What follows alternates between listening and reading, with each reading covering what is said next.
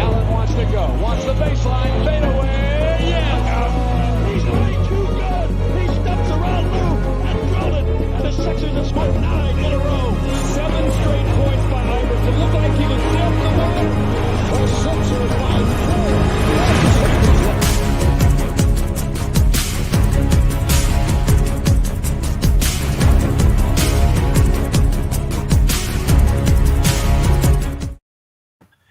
And welcome once again to the Sports Skillet Radio Show.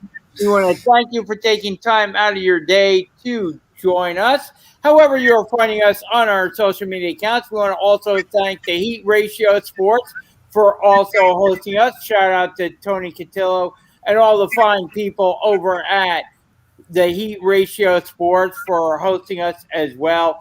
We have a lot of great shows on the Heat Ratio Sports lineup. So you want to do a search for the Heat Ratio Sports. Great shows, all different kinds of shows, from sports betting to hockey to baseball to football.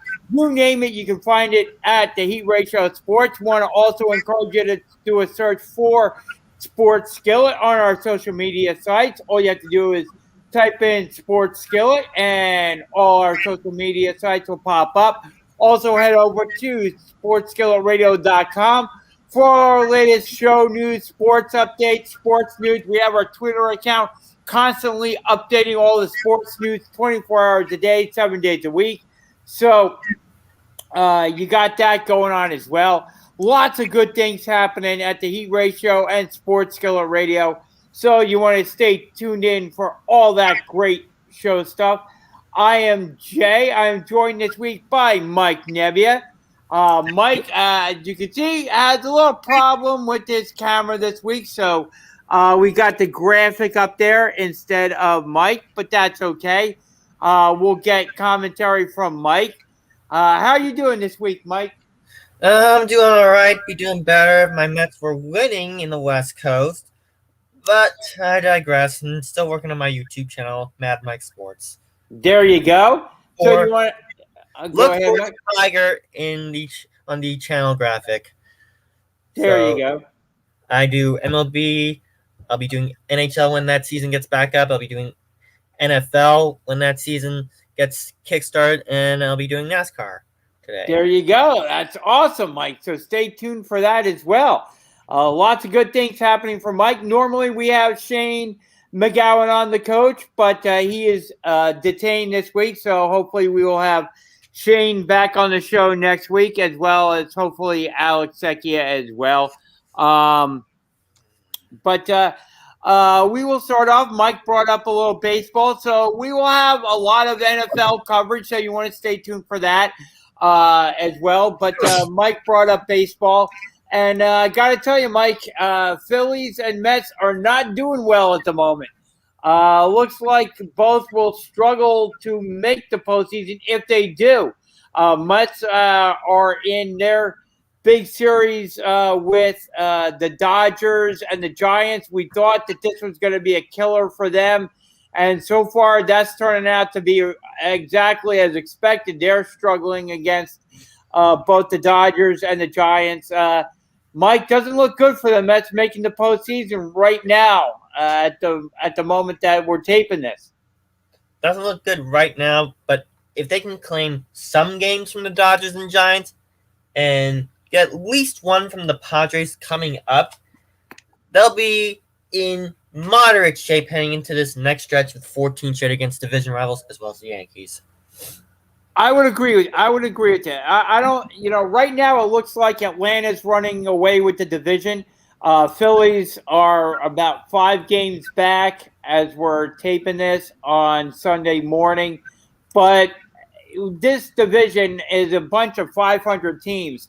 And although Atlanta is running away with the division, or seems to be, I think they'll come back to the pack because they're about to run into their tough part of their schedule. So the way Atlanta looks to be running away, they could be coming back to the pack because all of a sudden the Phillies are going to get through their rough part of the schedule. The Mets the Phillies, have the softest schedule of all 3 teams, the Phillies, Mets, and Braves. They just haven't been taking advantage of it. They got swept by the Arizona Diamondbacks, if you can believe that. One of, if not, what? Who gets swept by the Diamondbacks? Exactly my point. How does a team like the Diamondbacks go from 87 wins 2 years ago to on pace to break the all-time loss record? I agree with you, Mike. I absolutely do. It was an absolute garbage series by the Phillies. You had a lot of good vibes heading out to the West Coast because, hey, you're facing probably the second worst team in all of baseball next to the Baltimore Orioles, and you get swept. I mean, how can you possibly get swept by the Arizona Diamondbacks of all teams when you're in a freaking pennant race? Give me a break. I mean, I said to you last week, Mike, that it was incomprehensible to me that that the Mets were going to do well against the Dodgers and the Giants, and it seemed incomprehensible to me that the Phillies would get swept by the Arizona Diamondbacks, one of the worst teams. One of the worst teams in baseball, and yet the Phillies go out there and absolutely lay an egg against the Diamondbacks, struggle to score runs. Diamondbacks. I laugh. I mean, I'm right with you. There is literally no excuse for that. None. When you're in a pennant race, when you're trying to win the division, no excuse. And you have Zach Wheeler on the mound. That is worse than busting on card sharks. Exactly. And the other thing, you bring that up, Mike. News broke this week too. I wanted to get your opinion on, and feel free to give us drop a line on our social media account, wherever you may be, if you're following us, because we want to get your opinions on anything that happened this week in the world of sports. But Mike, we had news break this week. You brought up a game show there. We had news break this week that the executive producer that was going to be the main host of Jeopardy apparently bowed out. So now all of a sudden, allegations of sexual misconduct broke out against Jeopardy executive producer, who was soon to be the host, Mike Richards. They had already taped episodes with Richards as host, and they will air them. But Richards decides, nah, I'm not going to take the job. We're bringing back the guest hosts. And again, my money is on LeVar Burton. I would love to see that. A lot of other people would too. I mean, LeVar Burton seems to be the popular choice of being Here's a man who's dedicated his life to education and literacy. A Star Trek alum, the longtime host of Reading Rainbow. He's ready. He's ready for Jeopardy. I think so. He's a popular choice to host the show, and I think he would be a great host for Jeopardy. He would bring in a Jeopardy audience. He would be goodwill towards the show. Doesn't have anything against his character or anything like that. I think he would make a great host of Jeopardy. And people are also saying former champion Buzzy Cohen would be a great choice to host. They're also saying Ken Jennings, but he's probably got commitments to ABC's The Chase as one of the chasers. So that might throw a wrench into Ken Jennings as host of Jeopardy. I mean, hey, maybe Aaron Rodgers gets to host Jeopardy if they can work it out with his schedule. Who knows? But the door is open right now for another person to rise up and be the permanent host of Jeopardy. We already know that Mayim Bialik is going to be host of like the special, the primetime specials that they're doing on ABC now. Yes, so she's now going to take two people to fill out Trebek's shoes. Exactly. Yeah, he was that good of a host. So if you have 37 years with Trebek, and it's going to take two people to fill his shoes. Exactly. So if you have, if you're listening to the show and drop us a line, who do you think should be the permanent host of Jeopardy? pop up on our social media boards and let us know. But we were talking a little baseball there, and Phillies and Mets are struggling right now. Phillies offense definitely needs a boost. You got some guys from the Phillies that are currently on some minor league rehab tours, so maybe they come back and give the team a little bit of a boost. The Phillies lost a killer game in San Diego on Saturday night. For those who aren't watching, Phillies were literally 1 out away from taking 2 games in a row from the San Diego Padres. But Phillies, then Tatis Jr. happened. no, it actually wasn't Tatis Jr. It was the guy batting in front of Tatis Jr.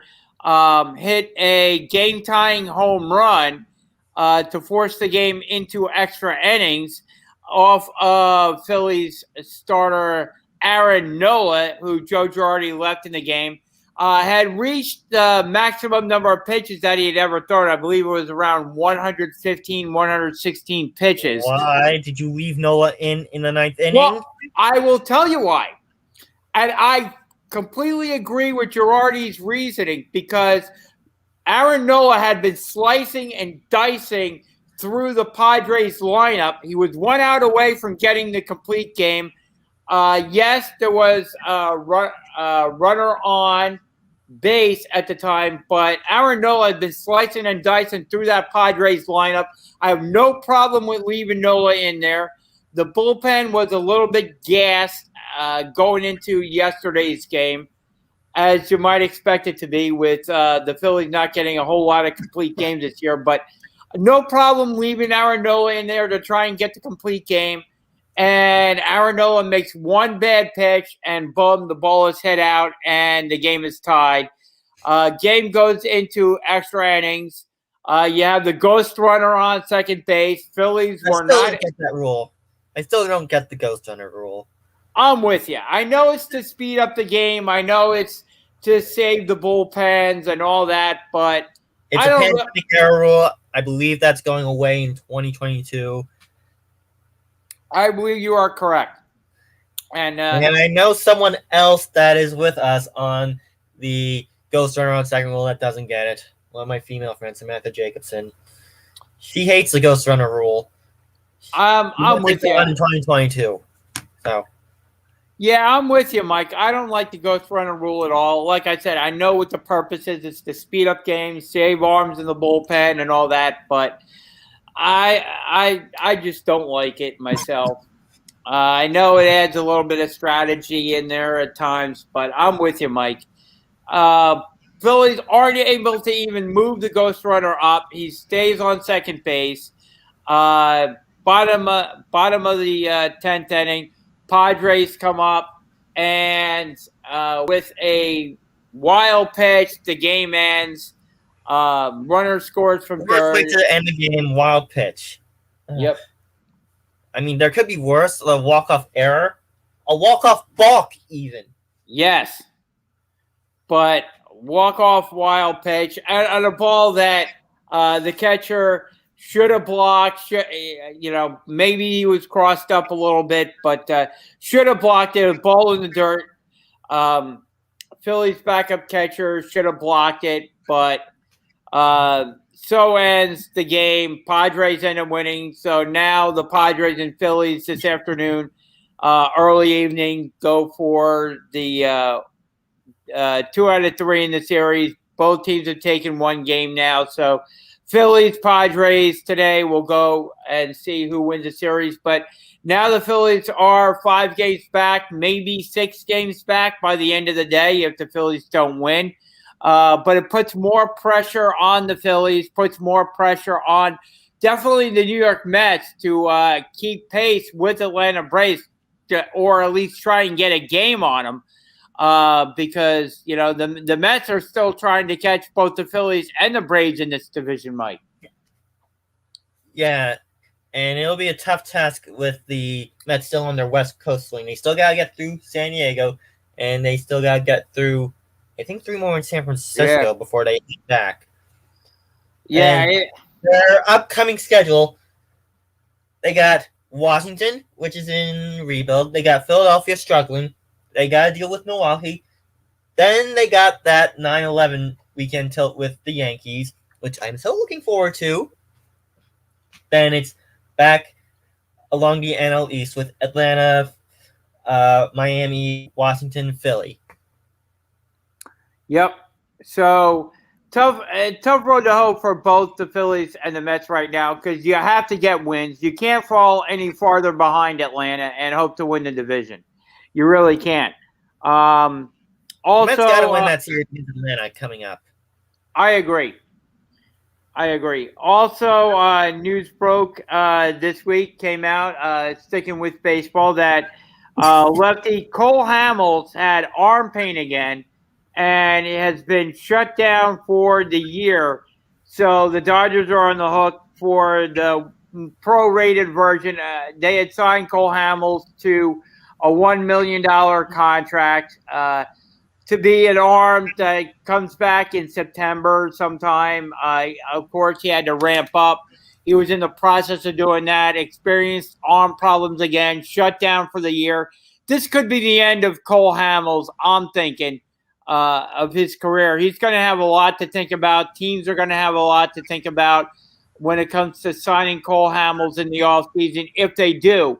Didn't he already have Tommy John? I don't think he had Tommy John, but he has had arm issues the past 2 seasons. Yeah, I bet. If I'm Cole Hamels, I better think about Tommy John surgery.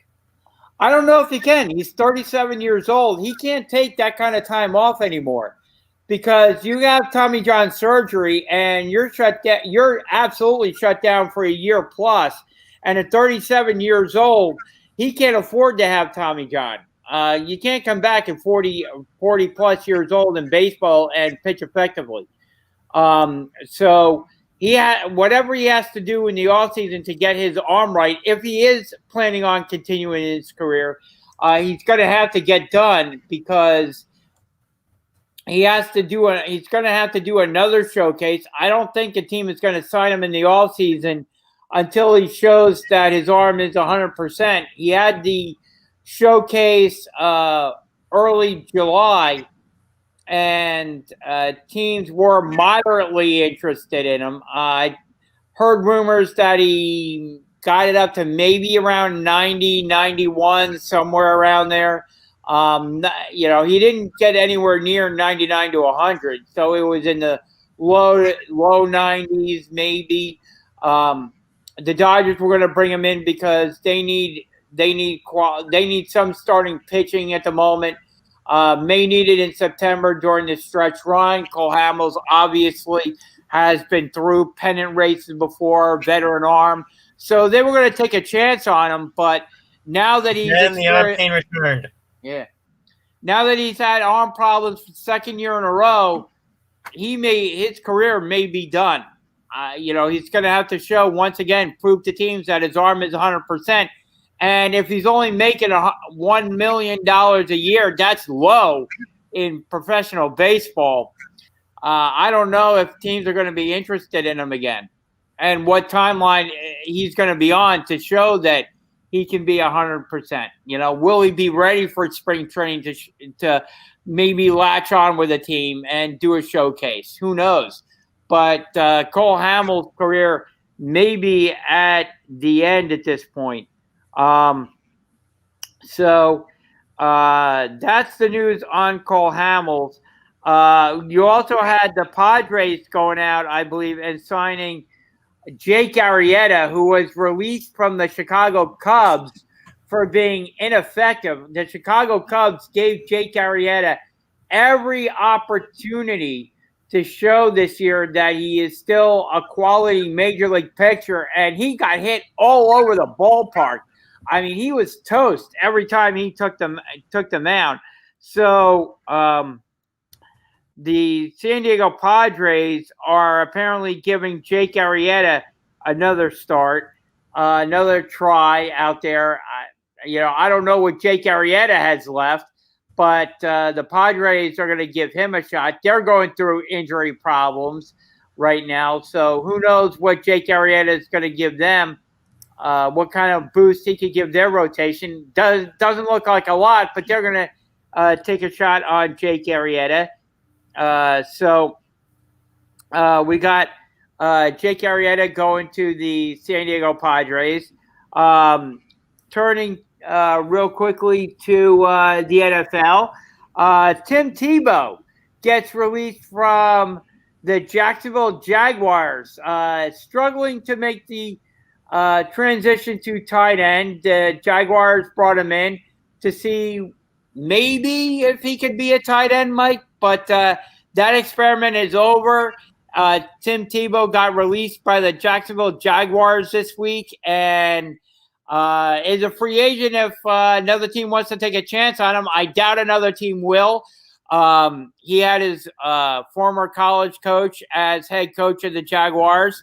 I guess, hey, we'll give you a shot. I know you're from college, so we'll bring you in. We'll give you a shot at tight end. But now it looks like Tebow. I think he's done. I think he's done as well. So I think he heads over. I think he heads back to ESPN. I'm with you. I don't think another team is going to pick him up. So if you can't play football, he's done with baseball.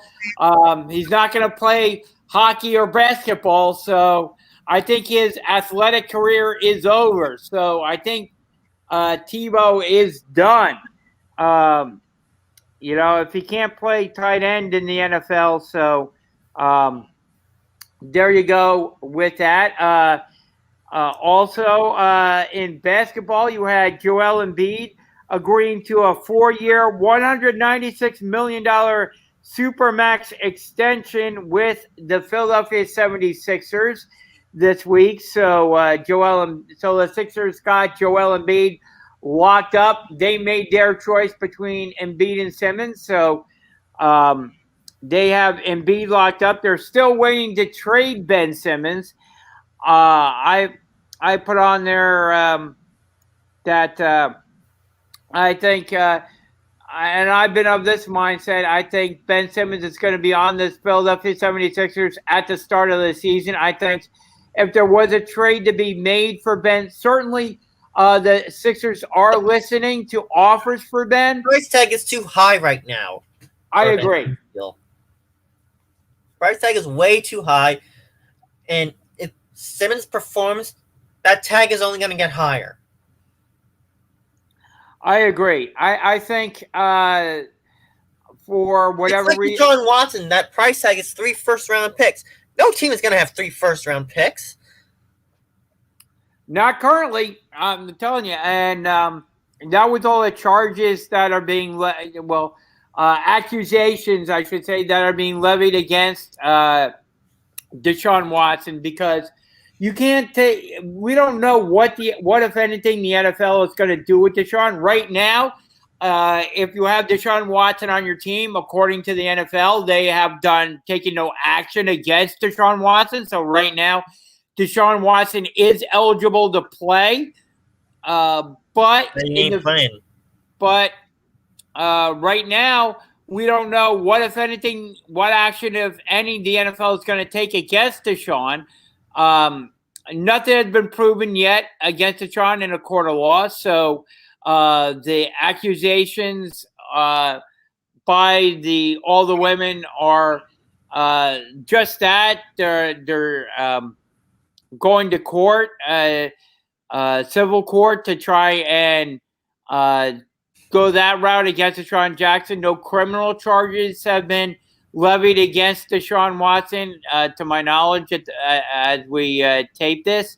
But you have apparently the FBI looking into Deshaun Watson, seeing if there's a trafficking case that can be made against him.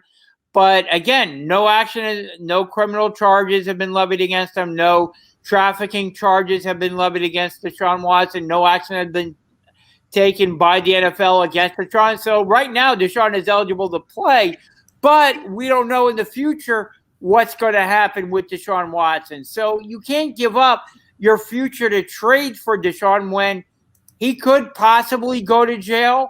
He could possibly be suspended for who knows how long. put on the commissioner's list, miss a season, miss half a season. You can't miss 2 seasons. Miss 2 seasons. Who knows? Because once You never want to be on the commissioner list. Once you're on the commissioner list, it's a tough road to get back. It is. You have to apply for reinstatement, and then go through that. The commissioner has to then take you off the list, and it's a tough road to hoe, because the NFL wants to protect the shield and everything like that, although sometimes they do a bad job at doing that. But you can't give up, you can't give up 3 first-round picks and a player. Yeah, case in point is Antonio Brown. Yeah. Now Antonio Brown is playing again back in the league, playing for the Tampa Bay Buccaneers with Tom Brady. But again, he showed that he's eligible to come off the list. But again, if you have all these charges against you and all this legal stuff, it'll be tough to get off the list if he is indeed placed on it. So, you can't give up all these picks for Deshaun Watson. And speaking of Deshaun Watson, one of the teams that are in the hunt supposedly for Deshaun is the Philadelphia Eagles. And they had a little bit of controversy on Thursday evening with their starting quarterback, Jalen Hurts. He was out on the field before the Eagles game with the New England Patriots, taking warm-ups, doing a little dancing, and all of a sudden, right before the game, it was announced that he had gone to the hospital with stomach pain. Oh, no. And was taken to the hospital. And then it's really murky as to whether or not he went back to Lincoln Financial Field or just went home from the hospital. But in either event, he went back to the Lincoln Financial Field real quick, picked up his whatever he needed to pick up, and went home, and then was told, I guess, by the doctor, medical personnel at the hospital, that he was advised to stay at home this weekend and not participate in any Eagles activities, practices that they had going on. But the thing that created the controversy with the Eagles is that the whole right side of their offensive line was taken out of the game. So you had no Jalen Hurts, you had no Kelsey, no right side of the offensive line. A bunch of starters, pretty much all the starters on defense were benched. The kicker was benched. So the Eagles basically played their second, third, fourth string players against New England's first string, second string, third string players throughout the game. And they got trounced. Didn't score any points. I believe final score was like 35-0. 35-0. Yep. It was an absolute travesty of a game. And for those people that paid their hard-earned money for parking, which was not inexpensive, probably around $30, $40, paid for the game ticket. Now you go into one of these preseason games, and yes, in this game you're probably only going to see Jalen Hurts and some of the starters for maybe a few series, maybe a quarter, at most maybe a half. But still, you want to see the starters go up against the Patriots starters. The game is on TV, and the Eagles benched pretty much all their starters in this after having 2 good scrimmages against the Patriots on Tuesday and Wednesday of this past week. I mean, it was what? In Foxborough, no less. No. It was in Philadelphia, Mike. Oh, I got him confused with the Giants who had scrimmages in Cleveland. Gone it, Michael. Yeah. But the Eagles did well in their scrimmages. You control scrimmage. You're able to control what you are practicing, and the Eagles starters did well. So really, right before the game, it was kind of like a bait and switch. So fans who bought tickets to the game, paid for parking, maybe a beverage, something to eat. All of a sudden, the Chicken game and Pete's crab fries. That'd be my go-to. Chickies and Pete's crab fries. There you go. It's my go-to at Waterfront Park, man. Yeah. I've never gone through a game day at Waterfront Park without Chickies and Pete's crab fries and their boneless wings. So, absolutely delicious stuff right there. Paid for that, spent all this money, and then you add at the last minute. Oh, by the way, you're not seeing any of the starters. Boom. Or very few, or as minimum as we can get out there. It was a bait and switch by the Eagles. That sounds like an NFL-themed Dr. Phil episode. I agree with you. I mean, it was classic bait and switch by the Philadelphia Eagles for people who had bought tickets to the game. Now, like I said, you go into this with a certain degree of expectation. We know we're not going to see this started for the full game. Maybe a few series, but you're planning on seeing Jalen Hurts throwing to Devonta Smith. You know, how well will this Eagle offense do? I want to see Jalen Hurts back there. No, you get Joe Flacco. Past his prime, Joe Flacco. Exactly. Not his prime. Thank you. Exactly. I absolutely, would be apoplectic if I was a fan. Like, what? I wanted to see a little bit of Jalen Hurts, and I'm getting Joe Flacco for the half or for most of the game, and then I'm going to see Nick Mullins, who is who played somewhat decently, I would say, for the 49ers twice. Yeah. And now he can't play anymore. I mean, this guy, Nick Mullins, absolutely is garbage for the Philadelphia Eagles. Maybe he catches on with another team. Who knows? Once the Eagles cut him, but he's getting cut. Mullins is getting cut. No question. Oh, no doubt about it. The Eagles, if they want another quarterback, are going to sign one off the waiver wire because Nick Mullins has shown to be absolute garbage in there, and I'm not afraid to say it.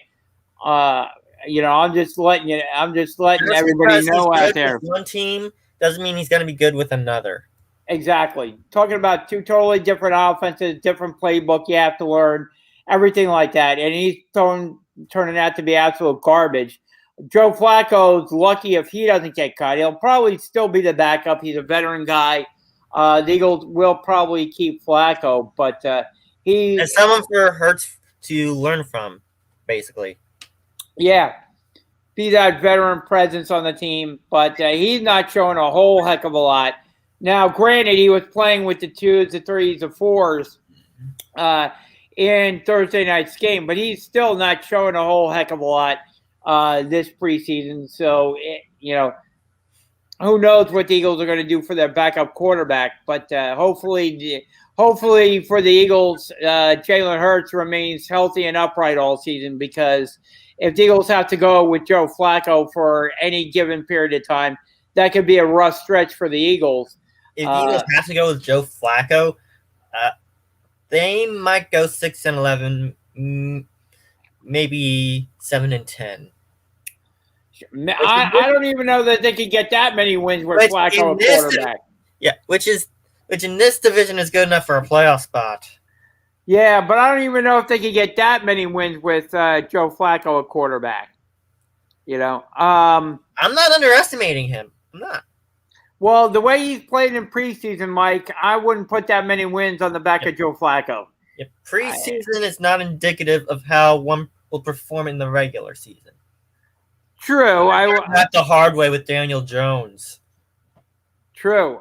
Speaking of which, how do you, since we got you on there, how are you evaluating the Giants preseason so far, Mike? I'm basically taking a look at the first and second strings. Daniel Jones seems to have rectified that turnover issue for now. And the second strings I'm not too impressed with. So I'm a little worried if we run into injury issues. But if Jones keeps it up and rectifies that turnover issue, I think we'll be fine. Gotcha. And there are some interesting developments going on with the New England Patriots. Team the Eagles played on Sunday. You have a quarterback battle going on right now between Mac Jones and Cam Newton. And Mac Jones is definitely putting the heat on Cam for the starting quarterback job for the New England Patriots. You have Cam who can scramble around a little bit, can obviously take off, still run with the ball, but you have Mac Jones who is kind of similar to the offense that they ran with Tom Brady.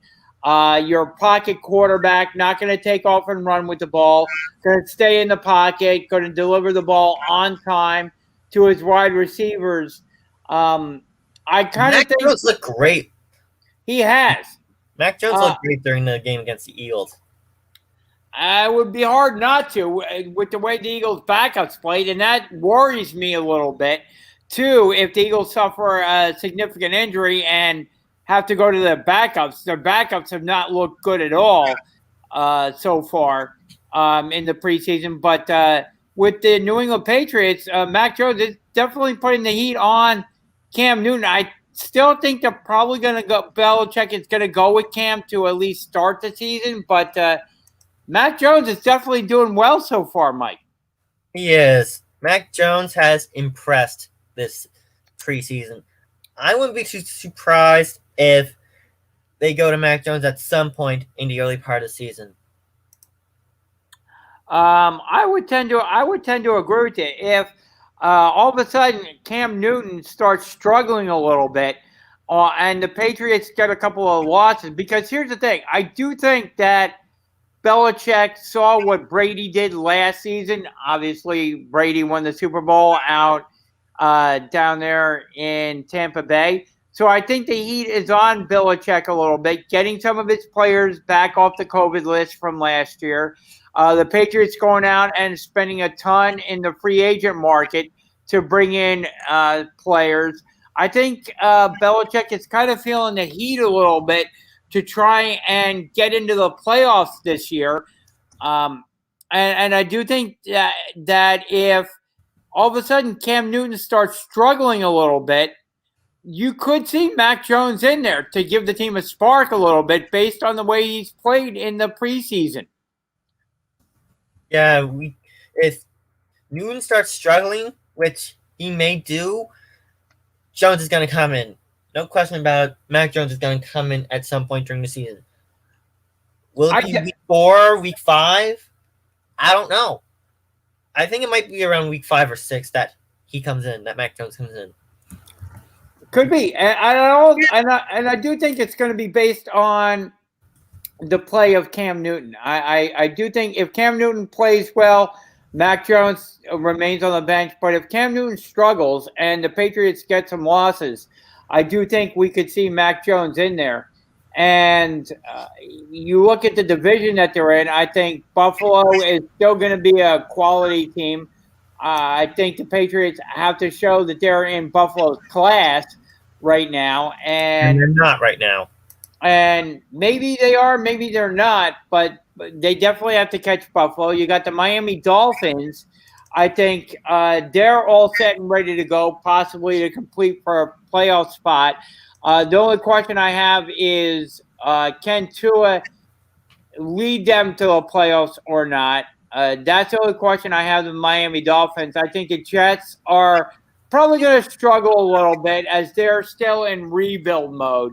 I like the Jets draft. They've been in rebuild mode since Favre retired. Yes. Actually, probably since Namath retired. But I do think the Jets had a pretty good draft this past offseason, but I don't think that they're ready to compete with Buffalo and Miami as of yet. So, but I do think they're on their way. I do think that, but I don't know whether they're ready to compete quite for a playoff spot just yet. But I do think the Jets are on their way to being a competitive playoff team. I do think Joe Douglas has them primed for that, just not this past season. I still think they have to get some more players on their team and build around their young starting quarterback, who's shown a lot in the preseason, by the way. I do like their young starting quarterback. We'll see what he does once the bright lights and the cameras start and the season starts in a couple of weeks. But I do think that they're on their way there. But I don't think they're ready to compete for a playoff spot just yet. And speaking of Buffalo, they got a little bit of controversy going on there, Mike, because they are petitioning the state and county for a new arena. And yes, and that can only go so well. And the NFL has shown in the past that they don't mess around. Once a team wants a new arena, the NFL will not hesitate to move a team. So once a team says, hey, it will cost too much to refurbish the arena stadium that we're currently playing in, which the Buffalo Bills are currently stating, we need a new arena built. We want to stay in Buffalo. We like Buffalo. We want to remain here, but you need to build us a new arena. Then it falls on the state and the local government to agree to build that new arena, and of course the taxpayers ultimately. That's gonna end up as the deal breaker. And well, Toronto, maybe somewhere else, maybe Texas. No. Yeah, maybe Bills to Toronto. That seems to be the only option for me. Bills to the Sky Dome. Maybe, or to Texas. Rumor that the NFL might want to have another team in Texas. So, or maybe another spot that we're totally not thinking of. The Alamo Dome just isn't suited for the NFL, in my opinion. Maybe. I would just take him to Toronto. I would just take him to Canada, give the NFL a Canadian presence. Yeah, but then again, you got to deal with the same thing that the NHL and the MLB has had to deal with this year when it comes to COVID and getting players into and out of Canada and all that's going on there. So that could be a deal breaker in the NFL moving a team to Canada. Might be nice to have a team in Canada, but they played games in Canada to record crowds. They played games in Toronto to record crowds. It just makes sense. True. They've also played some games in New Mexico as well. They played games in Mexico as well to record crowds. They've also the other thing to think about too is they also play games over in New England as well. In England. Yes. So, and they have ready-made stadiums in England. They have Etihad Stadium, New Tottenham Stadium. They have Wembley Stadium. And Old Trafford, Manchester, which I would love to see an NFL game there as a big Man U fan. There you go. So, again, you have, But the only one that makes sense to me is Toronto. It's just across the northern border. It's within driving distance for the Buffalo Bills faithful. Just makes sense. It does. But, again, you have to consider, COVID. You have to consider COVID. Where's the team going to practice, and all the logistics right now that you have to deal with COVID and everything. We only have one team, I believe it's the Atlanta Falcons, that's fully vaccinated. So every other team, you have players on the team or coaches or whatever that's unvaccinated currently. So, that's a huge issue right now. And would the NFL, and I agree with you, that would be good for Buffalo Bills fans in terms of seeing games, and it might be an interesting idea for the NFL. But again, would the NFL, with COVID being as prevalent as it is and on the forefront of people's minds, would the NFL put a team in Canada, or would they put? And the same I would. thing, I would consider it. But again, you have to look at COVID, and again, the COVID issue pops up with England as well, going over there. Would the NFL put a team in England going over to a whole nother? I mean, again, the COVID issue pops up as well when you're talking about putting a team in England. The Jaguars were rumored to be moving to England years ago. Exactly. So their current owner stepped in and said, "Nah, we're keeping it in Jacksonville." Yep. But would it, and again, you have COVID issues in England as well. You're talking about a whole nother country there also. So again, you look at that issue about moving a team, and the NFL will not hesitate.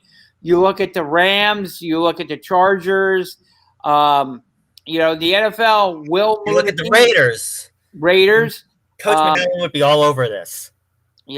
Exactly, and the NFL will not hesitate. If you do not give us a stadium, if you do not give us what we want, we will take a team and we will move it to somewhere that will give us what we want to, a state-of-the-art stadium that we can build. Now, we may have to move a team temporarily to a different location, and the NFL will do that, but the NFL will not hesitate to move a team to a new location, to a new stadium, and we've seen it recently. So, so for Buffalo, they got to think long and hard about building the Bills a new stadium or not.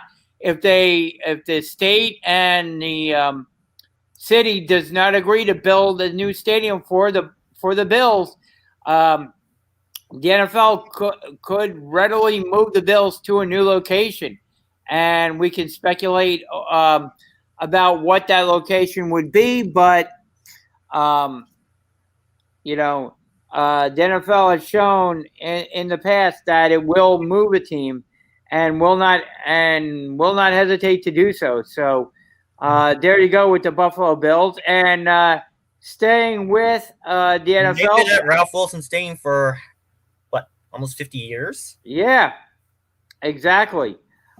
Staying with the NFL topic, this broke this week as well.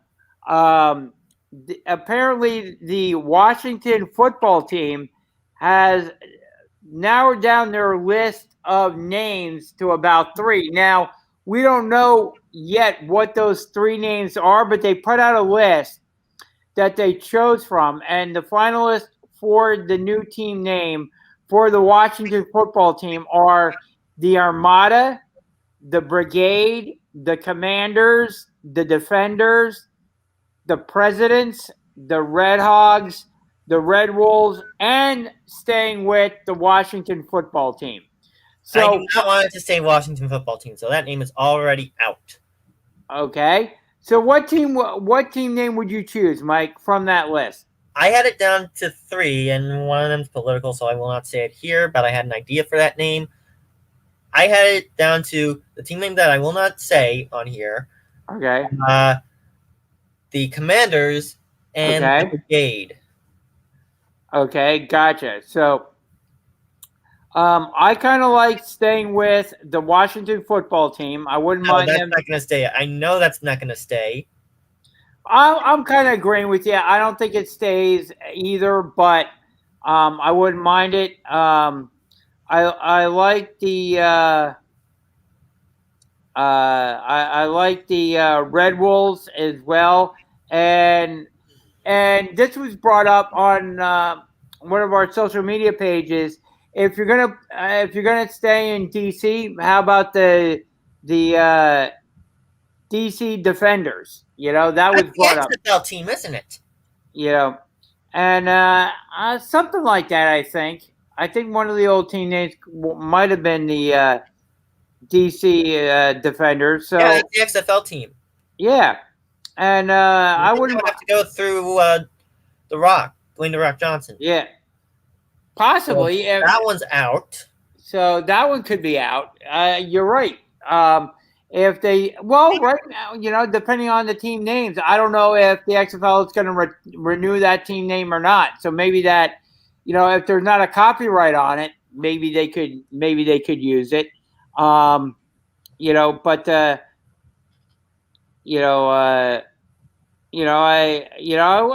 maybe the Defenders, maybe the Washington Defenders. But those were the team names that came out, and apparently like in the Brigade, to be honest. The Brigade. That's not too bad, I guess. They could have sections at FedEx Field named for the branches of the military. There you go.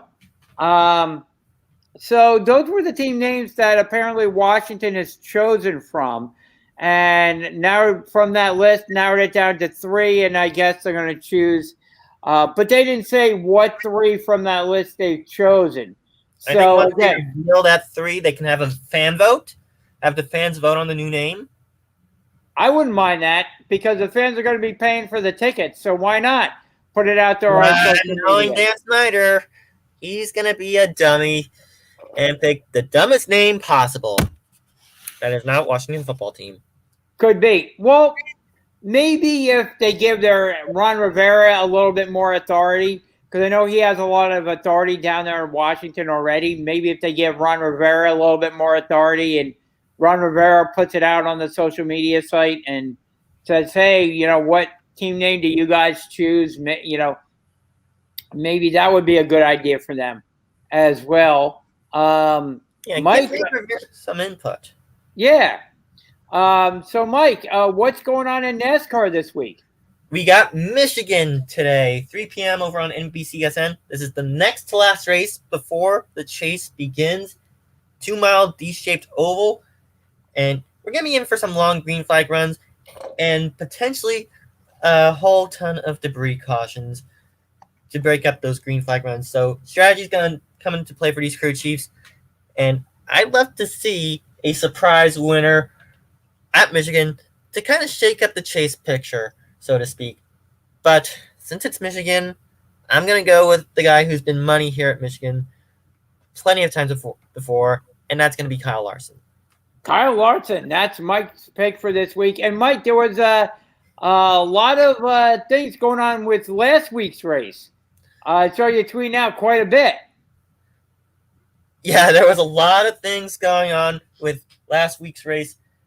I believe that was at Watkins Glen. I'm gonna check NASCAR schedule. NASCAR 2021 schedule. I know it was you said they were coming back, and it was not the normal track that they were racing on. Oh yeah, it was a road course. Oh, yes. Nice one, Michael. You really messed this one up. Indianapolis road course. Yes. 2 red flags. There were 2 big wrecks that led to overtimes, and there was one would-be caution that was not called a caution. Martin Truex Jr. spins on the first overtime that led to a big wreck, which led to one of the red flags. Race control lost control of the race, in my humble opinion. They should have called a caution the second Truex Jr. spun. I don't know why they didn't call caution, but they should have. That would have prevented that big wreck. That happened just a lap later. Gotcha. So, I heard some rave reviews about the Indy road course, despite the chaos. And of course, we got a repeat of the 2008 Phoenix Chase race. If you don't already know, in 2008, when ABC had the rights, they aired the Phoenix Chase race. It ran long because of rain. Yes, it does rain in Phoenix. And a red flag. And because of that, ABC decided to switch to America's Funniest Home Videos at 7 p.m. because the race was running long. They flipped the race over to ESPN2, which not a lot of Americans get. So that screwed the Eastern and Central time zones out of the finish of the race, while the Mountain and Pacific time zones got the race to its conclusion on ABC. Same thing happened in 2007 at Kansas, where after a lengthy rain delay, end of the broadcast window, ABC flips to ESPN2. Eastern and Central time zones get screwed. Horrible, horrible, horrible. Broadcasting Horrible. miscues happen again with NBC. Horrible. And we saw that 2020 Talladega chase race. So horrible. It was after the Heidi game where we saw something pass that said, in the next contract, all games, all sporting events have to be broadcast to their conclusion. Exactly. Correct me if I'm wrong, but that's what NBC pulled, what ABC pulled back then. That's a violation. I would think so. Stay with the game until the game is over, because you never know what can happen. You think one team is going to win, and then all of a sudden another team could make a historic comeback, and people want to see that. Once the game is put on the airways, people want to see the game till its conclusion, because you never know what can happen during the course of a sporting game. Whether it be basketball, football, hockey, baseball, you never know what can happen. 2 touchdowns in 9 seconds. Now granted, you get to a point where, okay, this team has it in the back. There's no way that there's going to be, a comeback, but you still have to air it until its conclusion. You really do. Because you never know. You never know what can happen in the final few seconds or the final few laps of a race. Exactly. So you want to stick with it and hold on to it. So again, what's your prediction for this week, Mike? I'm predicting Kyle Larson to win at Michigan. Okay, gotcha. Before we get out of here, just want to touch a little bit on our pro wrestling stuff. We had a couple of big comebacks within the past few days. AEW on Friday. When it comes to this subject, so I'm just going to mute myself. Oh, okay. So we had a couple of big comebacks here on AEW. They apparently changed the game a little bit, because Friday night CM Punk made his historic comeback, not with the WWE, but with AEW. So the game has changed a little bit with CM Punk coming back, and wow, did he get a pop once his music hit and he came out. His pop was historic. People were crying, cheering. Fans in Chicago loved CM Punk's comeback, and it's great to see him back in professional wrestling. He's going to take part in AEW's pay-per-view next month in September. So he will be on the show this coming Wednesday. So if you want to tape it, set your DVRs to see CM Punk. He will be on AEW this coming Wednesday. They announced it. So you want to set your DVRs for that as well. Great to see CM Punk back. And you got to wonder, too, if he's back, what happens with AJ Lee? Will she make her comeback as well? Because she's been out of the wrestling business for quite a while. But now with CM Punk coming back and being a part of AEW, will she make her return to AEW as well and lift the women's division? That remains to be seen. No rumors on that happening as of yet, but you never can tell. Now that Punk's back, maybe his wife, AJ Lee, makes her return as well. But it's great to see CM Punk back. Rumors are still flying out there that once the 90-day no-compete clause evaporates, goes into thin air, that Daniel Bryan could make his return to professional wrestling, and maybe he'll join up with AEW as well. And then, of course, you got Bray Wyatt hanging out there. His no-compete clause, I believe, ends in October. So it'll be another month or two before Bray Wyatt could appear anywhere, getting released from the WWE. But the game is changing right now, and right now AEW is definitely must-see TV with CM Punk in there and Sting and all these other guys. We saw SummerSlam last night. Played to some mixed reviews, definitely on social media. We had Brock Lesnar making his return to the WWE at the conclusion of SummerSlam, getting into a stare down with Roman Reigns after Roman Reigns successfully defended his title against John Cena. So it looks like Brock Lesnar is back with the WWE. We'll be going into a program with Roman Reigns. John Cena, obviously, thank God he didn't get the title, because you got to have the title. You got to have the title on one of your top shows. John Cena. If John Cena had been beaten Roman Reigns, it would have been total chaos in the locker room, because some of these guys that have been working tirelessly to try and get into a program to try and wrestle for the top title, to see it go bye-bye until WrestleMania or the fall or whatever. You got to have your title on one of your signature shows. So John Cena was probably never going to win the title, beat Roman Reigns for the title. But Jay, you've been saying this. WWE needs better writers, because AEW is becoming a thing. And it is. Now that TNT and TBS have NHL rights, there's going to be some tie-ins with NHL. No doubt about it. No doubt about it. It's already tied in. The AEW is already becoming a monster. And so how did the WWE answer? They brought back Brock Lesnar last night. It'll be interesting to see what they do with Paul Heyman, because we know Paul Heyman was the advocate for Brock Lesnar when we last saw Brock. Paul Heyman is now, you want to say, the advocate for Roman Reigns. So it'll be interesting to see how Paul Heyman handles this going forward, who he ends up siding with. So that'll be interesting going forward. We also saw yesterday the return of Becky Lynch. She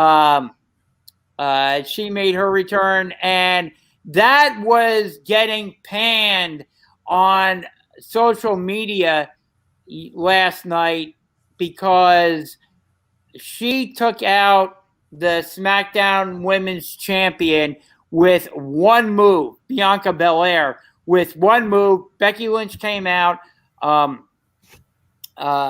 and with one move took out Bianca Belair, who the WWE had built up over the past year or so while Becky had been out. One move, boom, and Becky Lynch becomes your new SmackDown Women's World Champion.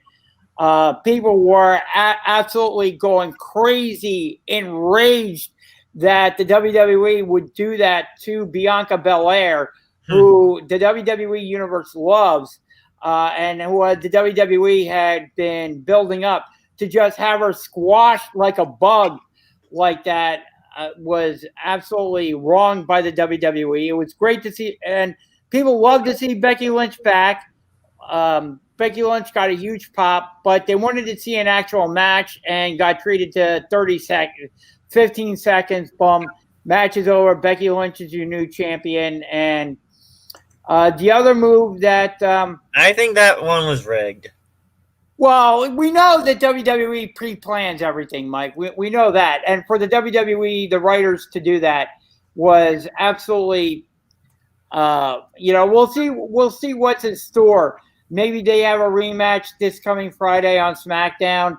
We'll see what the storyline is going forward. We know that Seth Rollins lost his match to Edge last night, so maybe there's a turn by Seth Rollins now that Becky Lynch is back, or maybe Becky Lynch turns heel. Who knows? We'll have to see on SmackDown what the WWE has in place for Becky Lynch. But to have her squash Bianca Belair, who the WWE put a lot of time and effort to build up over the past year, was mind-boggling. You also had on the Raw side, you had Charlotte Flair winning the Raw Women's title from Nikki ASH last night. Almost the superhero. Charlotte Flair now has the title, so we'll see what happens with that world title on Raw. But now Charlotte has that world title as well. So we had a few title changes over at SummerSlam and some mega returns. I think that was in response for CM Punk going to AEW. So let us know how you feel on our social media sites. Again, at Sports Skillet on Twitter. And you can let us know what you see here on YouTube, Facebook, however you are finding us. Drop us a line. Let us know what you feel about today's NASCAR race, the NFL preseason, what you thought of SummerSlam, how you think WWE or AEW is going to be going forward. And on that note, I think we will end it unless there's something you think we didn't get to, Mike. Yeah, I do want to go over Hurricane Henri for a bit. I do have friends on the island that are in the storm zone. I just want to say to my friends there, Isles Girl 3 and my Kim Possible fan friend Dana, stay safe, you girls. Let's get through this together. Exactly. To Kim Moisa, Isles Girl, who is Isles Girl 3 on YouTube and Twitter, and to my Kim Possible fan friend Dana, stay safe, girls. Love you. We'll get through this. Absolutely, we will, and we hope the damage from the storm isn't too severe.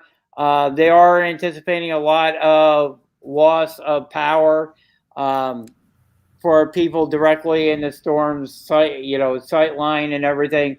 So we hope that people get their power back on real soon, and we hope the damage isn't too bad from the storm. It's sitting there right now, according to the track. Ooh, not good at all. I know here where we tape it in the New Jersey area, we got some rain last night. Don't know if we'll get some more today or not, but we might. But it doesn't look too severe from where we're at. But we know if you're in the track of that storm, things may not be looking too good for you at the moment. So again, our thoughts are with everybody in the line of that storm, and we do hope that the damage isn't too severe for everybody. So, again, we want to thank the Heat Ratio for hosting us. Again, do a search for Heat Ratio. Great content always going on Heat Ratio. Do a search for Sports Skillet on social media site, and head over to sportsskilletradio.com for related sports news. Great articles by Mike as well, and we got our Twitter feed going 24/7, so feel free to respond to that as well. And we hope everybody out there has a great week, and we will see you back here again next Sunday.